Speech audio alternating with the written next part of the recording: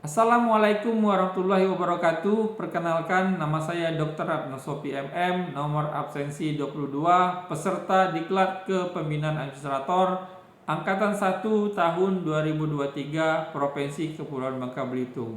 Dalam kesempatan berbahagia ini, saya akan menyampaikan materi hubungan kelembagaan yang menjadi tugas dari Bapak WI Dr. Andes Gunawan MM. Kerjasama antar lembaga merupakan adanya pengaruh positif antara variabel pembentuk kerjasama antar lembaga tersebut dan outcome yang diharapkan. Ini merupakan pernyataan dari Jennings tahun 1998. Kerjasama daerah itu merupakan usaha bersama antara daerah dengan daerah lainnya, antara daerah dengan pihak ketiga, antara daerah dengan daerah lainnya di luar negeri, dan antara daerah dengan lembaga di luar negeri. Tentu saja ini merupakan dasar pertimbangan efisiensi dan efektivitas pelayanan publik yang saling menguntungkan. Hal ini tertuang di dalam PP 28 tahun 2018 tentang kerjasama daerah.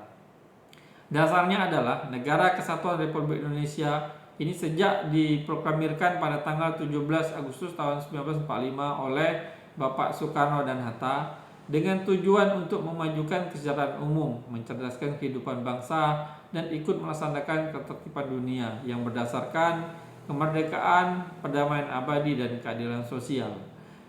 Kerjasama yang merupakan substansi pokok dari kolaborasi memang merupakan suatu yang secara prosedural administrasi harus disepakati antar berbagai pihak. Pemerintah daerah dalam bekerja sama dengan pihak manapun, baik itu di dalam negeri maupun di luar negeri, apabila pemerintah daerah tersebut bekerja sama dengan pihak di dalam negeri, maka itu harus disepakati, disetujui, dan ditantangani oleh kepala daerah. Dalam hal ini gubernur, wali kota, ataupun bupati. Apabila daerah tersebut bekerja sama dengan pihak di luar negeri, maka ini harus diketahui dan disetujui oleh Presiden Republik Indonesia melalui Kementerian Luar Negeri. Hubungan kewenangan ini diatur di dalam Undang-Undang Dasar 1945 Pasal 18A yang berisi yang pertama adalah hubungan wewenang antara pemerintah pusat dan pemerintah daerah, provinsi, kabupaten, kota, ataupun provinsi dengan kabupaten kota diatur dengan undang-undang dengan memperhatikan kekhususan keragaman daerah dan kearifan lokal. Yang kedua adalah hubungan keuangan, pelayanan umum, pemanfaatan sumber daya alam, dan pemanfaatan sumber daya lainnya antara pemerintah pusat dan pemerintah daerah. Ini diatur di dalam undang-undang dan dilaksanakan secara adil dan selaras berdasarkan undang-undang tersebut. Dalam sejarah panjang negara Republik Indonesia, mulai dari masa Orde Lama ke masa Reformasi, diwarnai adanya disharmoni hubungan antara pemerintah pusat dan pemerintah daerah sehingga saat ini.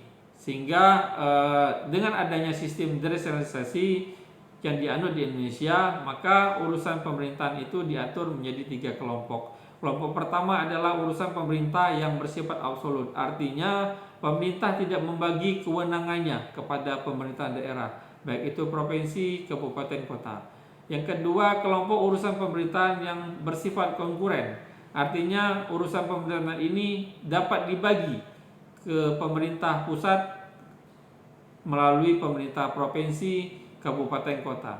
Yang ketiga, kelompok urusan pemerintahan umum yang akan dijadikan acuan bagi gubernur, wali kota, dan bupati untuk melaksanakan pembinaan kesatuan bangsa, politik dalam negeri, dan menguatkan persatuan bangsa. Pemerintah pusat dalam mensosialisasikan kebijakan yang masif itu tentu saja perlu mendapat dukungan dari daerah, baik dari sisi sumber daya maupun dari dalam sisi anggaran.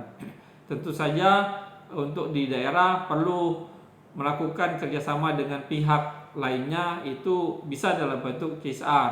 CSR ini tentu saja banyak manfaatnya dan dapat dilakukan banyak kegiatan oleh para swasta sebagai penyumbang dana. Mungkin itu yang dapat disampaikan. Terima kasih. Wassalamualaikum warahmatullahi wabarakatuh.